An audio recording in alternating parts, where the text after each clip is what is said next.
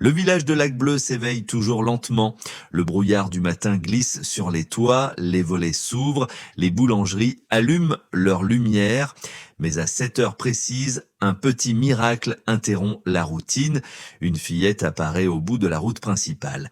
Elle s'appelle Élise, à peine 7 ans, menue, vêtue d'un manteau bleu pâle et d'une écharpe trop longue qui flotte derrière elle. Dans ses petites mains, 4 laisses tressées. Au bout, 4 bergers des Alpes, grands, calmes et puissants, avancent d'un même pas, la tête haute. Chaque matin, c'est la même scène. La fillette marche sans un mot. Les chiens la suivent en silence, obéissant comme des soldats. Personne ne l'accompagne. Elle passe devant la boulangerie, la mairie, le vieux pont de pierre, puis disparaît derrière les peupliers, toujours à la même heure, comme une ombre légère. Les habitants se parlent d'elle à voix basse. Elle vient d'où cette gamine? Et ces chiens, ils sont à qui? Pas normal tout ça. Certains sourient en la voyant, d'autres préfèrent fermer leurs rideaux. Les chiens ne menacent personne, mais leur regard suffit à faire reculer les curieux. Même les enfants du village, d'ordinaire si bruyants, la regardent passer sans oser bouger. Le boulanger, un matin, tente un salut. Bonjour, petite, mais Élise ne répond pas. Un simple sifflement, doux, fait tourner les 4 chiens vers la droite et le cortège s'éloigne paisible. Depuis ce jour-là, plus personne n'ose l'interpeller. Elle marche chaque matin avec la même grâce silencieuse, comme si elle portait un secret trop grand pour son âge. Et vous, que penseriez-vous en voyant une enfant si petite guider 4 géants du silence à travers la brume ? Le lendemain matin, la même scène se répète. Élise traverse le village à l'aube, entourée de ses 4 bergers des Alpes. Mais désormais, les regards ne sont plus seulement curieux, ils sont remplis de questions. Au café du marché, les discussions s'enflamment. Moi, je vous le dis, murmure Lucien le facteur, c'est la fille d'un dresseur disparu dans les montagnes. N'importe quoi, réplique Margot la boulangère. Cette enfant est orpheline, on l'a vue seule depuis des mois. Et les chiens alors, reprend un client, vous croyez qu'ils obéissent comme ça à une gamine? Les rumeurs gonflent comme le vent au-dessus du lac. Quelqu'un a même filmé Élise depuis une fenêtre. On la voit marcher, calme, les chiens formant un cercle parfait autour d'elle. La vidéo tourne sur les téléphones, au marché, à l'école. La fille au chien, l'appelle-t-on maintenant. Pourtant, personne ne s'est jamais approché d'elle.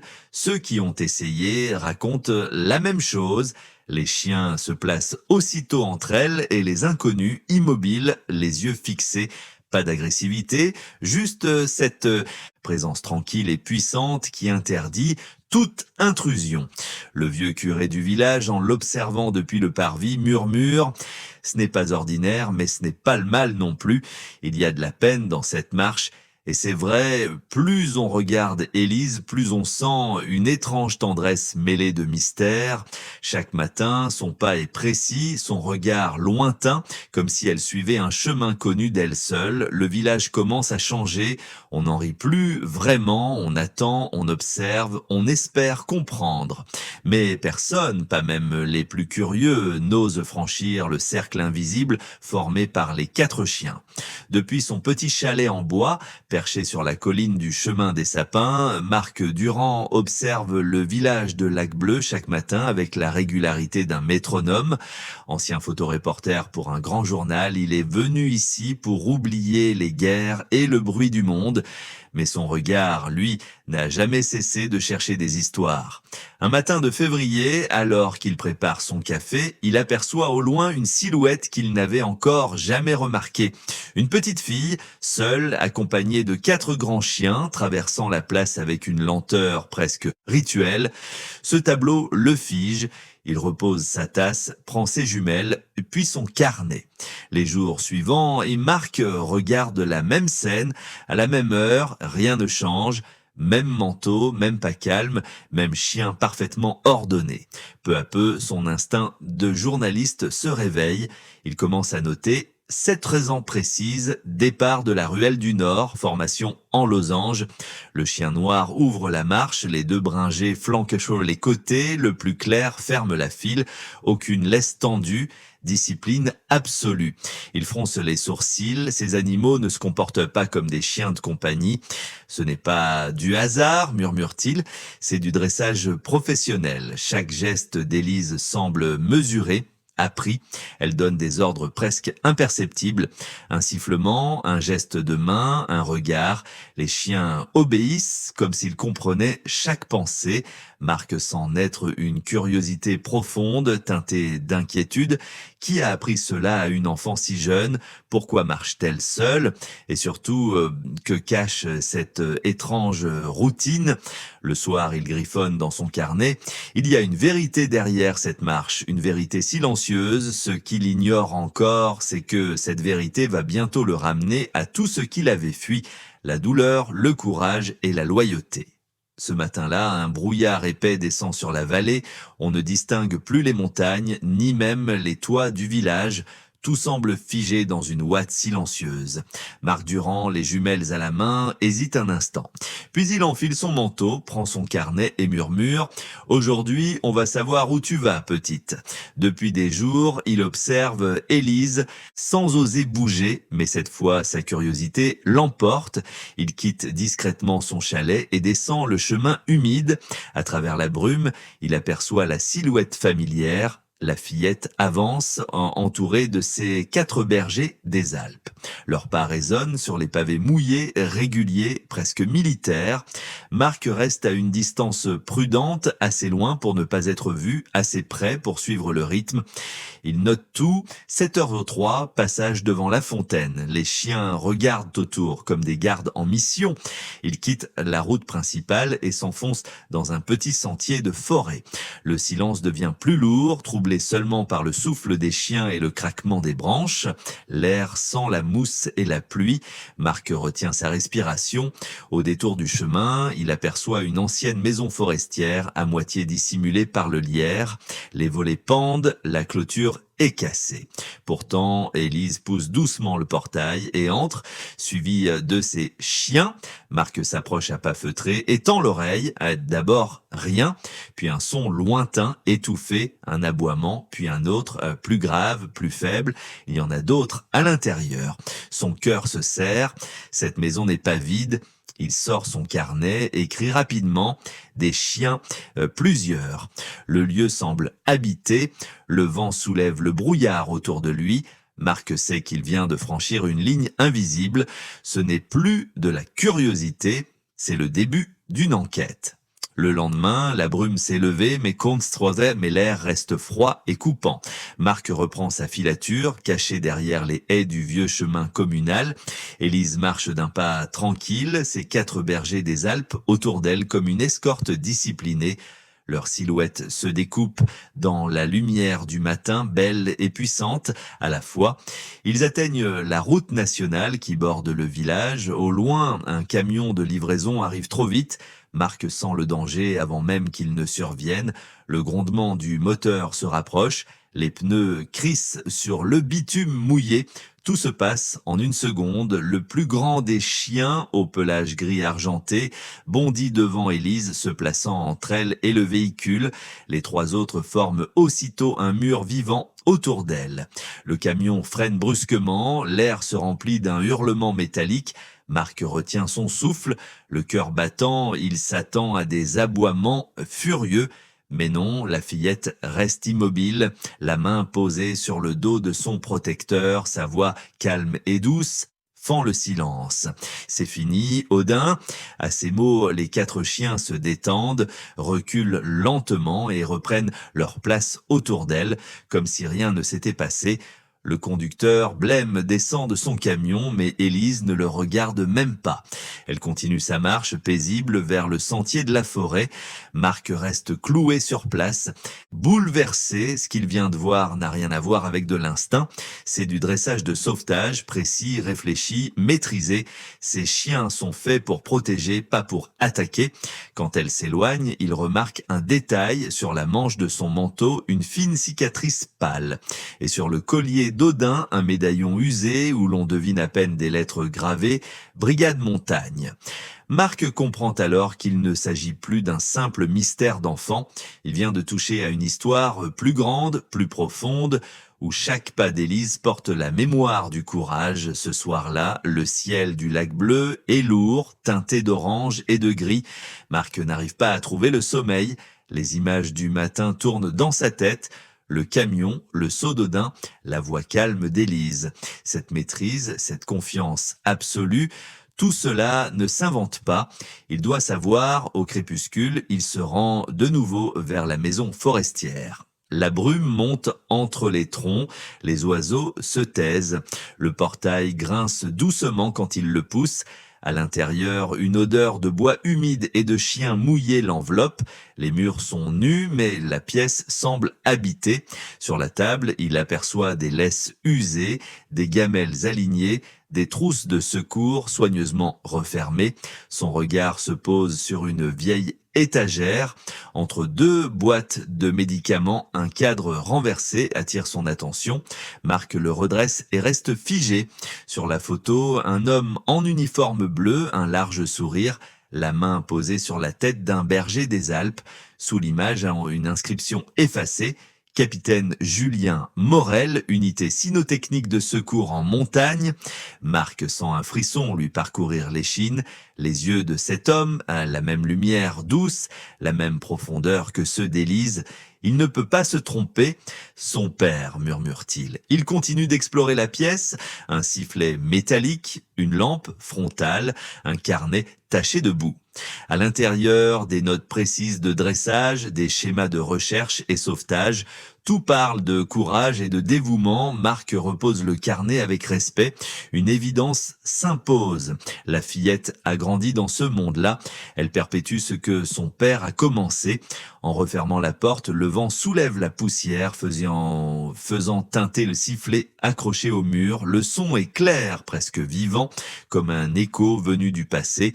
La nuit tombe sur le lac bleu dans un silence lourd. Le vent se lève, fait trembler les volets, puis la pluie commence à battre les vitres du chalet de Marc. Les éclairs fendent le ciel en lignes blanches et le tonnerre roule au-dessus de la vallée comme un grondement de bête. Marc regarde l'orage depuis la fenêtre, nerveux. Quelque chose l'inquiète. Élise ne passe jamais le soir, mais ce soir-là, il ne sait pourquoi. Il sent un pressentiment. Quand un éclair illumine le lac, il croit apercevoir très loin une silhouette minuscule courant sur la rive. Sans réfléchir, il saisit sa lampe, sa veste et s'élance dans la nuit. Le chemin forestier est devenu un torrent de boue. Les branches fouettent son visage, la pluie lui glace le dos. À chaque pas, il entend le vent hurler dans les arbres. « Élise !» crie-t-il, mais sa voix se perd dans la tempête. Enfin, il distingue la maison forestière, sa porte battant au vent. À l'intérieur, des gémissements. Marc entre sans hésiter. Les chiens sont là, trempés, affolés, tournant autour du vieux canapé. Et là, au sol, il la voit, Élise, inconsciente, ses cheveux collés à son visage, sa peau froide comme la pierre. Mon Dieu, il s'agenouille, vérifie son souffle, faible, mais présent. Doucement, il la prend dans ses bras, la couvre de sa veste, les chiens se regroupent autour d'eux, silencieux, la tête basse comme une garde d'honneur, sous la pluie battante. Marc descend le chemin, l'enfant contre sa poitrine, entouré de ses 4 ombres fidèles. Aucun n'aboie, seul résonnent les pas dans la boue et le tonnerre au loin. Avez-vous déjà risqué tout pour protéger quelqu'un ? Cette nuit-là, Marc comprend ce que cela veut dire et que le courage, parfois, porte un visage tremblant d'enfant et 4 cœurs battant à l'unisson. Les heures passent lentement à l'hôpital Sainte-Claire, un petit établissement posé au bord du lac. Le tonnerre s'est éloigné, mais l'air reste chargé d'humidité et d'inquiétude. Marc attend dans le couloir, le visage fatigué, la veste encore humide. Dans la chambre voisine, Élise dort, entourée de ses 4 chiens, couchés au pied du lit comme des gardiens silencieux. Quand elle ouvre enfin les yeux, la lumière du matin filtre à travers les rideaux. Une infirmière sourit doucement. « Tu es en sécurité maintenant, ma chérie ». Marc s'approche, hésitant. Élise le regarde sans peur, comme si elle l'avait toujours connu. Après un long silence, Sa voix fragile brise l'air. Vous savez, ils ne sont pas à moi, ce sont les chiens de mon papa. Elle raconte alors d'une voix simple, presque monotone, comme si elle récitait un souvenir 1000 fois répété. Son père, le capitaine Julien Morel, sauveteur alpin, était mort dans une avalanche 2 ans plus tôt lors d'une mission de secours. Les chiens faisaient partie de son équipe. Odin, Flamme, Neige et Tarka. Après l'accident, ils avaient été envoyés dans différents chenils, mais une nuit d'hiver, les animaux avaient réussi à s'échapper. Quelques semaines plus tard, Élise les avait retrouvés près du lac. Ils ont tout perdu comme moi, dit-elle en caressant Odin. Alors je suis venue ici, dans la maison de papa. Je les soigne, je leur parle. Ils n'ont plus personne, sauf moi. Ces mots frappent Marc en plein cœur. Il comprend soudain la discipline des chiens, la fidélité dans leurs yeux, la force tranquille de cet enfant. Il pose doucement une main sur son épaule. Tu n'es plus seul maintenant, je vais t'aider à les protéger, je te le promets. Et pour la première fois, Élise esquisse un mince sourire, celui d'une enfant qui vient de déposer un fardeau trop lourd pour son âge. Quelques jours plus tard, le calme revient sur le lac bleu. Le ciel est clair, le vent léger, mais le village n'est plus le même. La nouvelle s'est répandue comme un souffle. La petite fille qui marchait chaque matin avec ses bergers des Alpes était la fille du capitaine Julien Morel, le sauveteur disparu dans l'avalanche. Les journaux locaux en parlent, la radio aussi. Les habitants, touchés et honteux de leurs anciens murmures, décident d'agir. La mairie annonce une cérémonie d'hommage pour honorer le courage du capitaine et de sa fille. Le dimanche suivant, la place du village se remplit dès l'aube. Les bancs sont décorés de fleurs blanches et un grand drapeau flotte au-dessus de l'hôtel de ville. Au premier rang, Élise est assise, vêtue d'une robe simple et propre. À ses côtés, les 4 chiens, lavés et peignés, tiennent sagement leur place, la tête haute. Le maire prend la parole d'une voix émue. Aujourd'hui, nous saluons un homme qui a donné sa vie pour sauver les autres et une enfant qui a su continuer son œuvre avec amour et fidélité. Puis il tend une petite boîte à Élise. À l'intérieur, une médaille gravée. Capitaine Julien Morel pour bravoure et dévouement. Les applaudissements éclatent. Élise baisse les yeux, caresse Odin et murmure « C'est pour toi, papa ». Les chiens, comme s'ils comprenaient, lèvent la tête et poussent un aboiement doux, presque solennel. Le son se propage dans la vallée, clair et apaisant comme une réponse venue de loin. Autour d'elle, le village tout entier se lève silencieux. Certains essuyant une larme, d'autres murmurent une prière. Ce jour-là, personne ne voit une enfant étrange avec ses chiens. On voit une héritière du courage, une flamme vivante de loyauté et d'amour. Les semaines passent, paisibles. Le lac a retrouvé son calme et les montagnes se reflètent dans son eau claire. Dans une petite maison rénovée au bord du sentier, une nouvelle enseigne a été accrochée. Refuge du capitaine pour les chiens de montagne retraités. C'est là qu'Élise et Marc travaillent chaque jour ensemble. Ils accueillent des chiens blessés, fatigués, trop vieux pour les missions de secours. Les anciens compagnons d'Odin, Flamme, Neige et Tarka trouvent ici un abri, un foyer, une seconde vie. Chaque matin, à 7 heures précises, Élise marche encore au bord du chemin. Les chiens la suivent, calmes et fiers, mais cette fois, il n'y a plus de chuchotement derrière les fenêtres.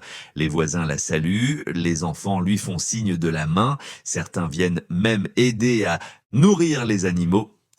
Marc, depuis le portail, regarde la scène avec un sourire discret.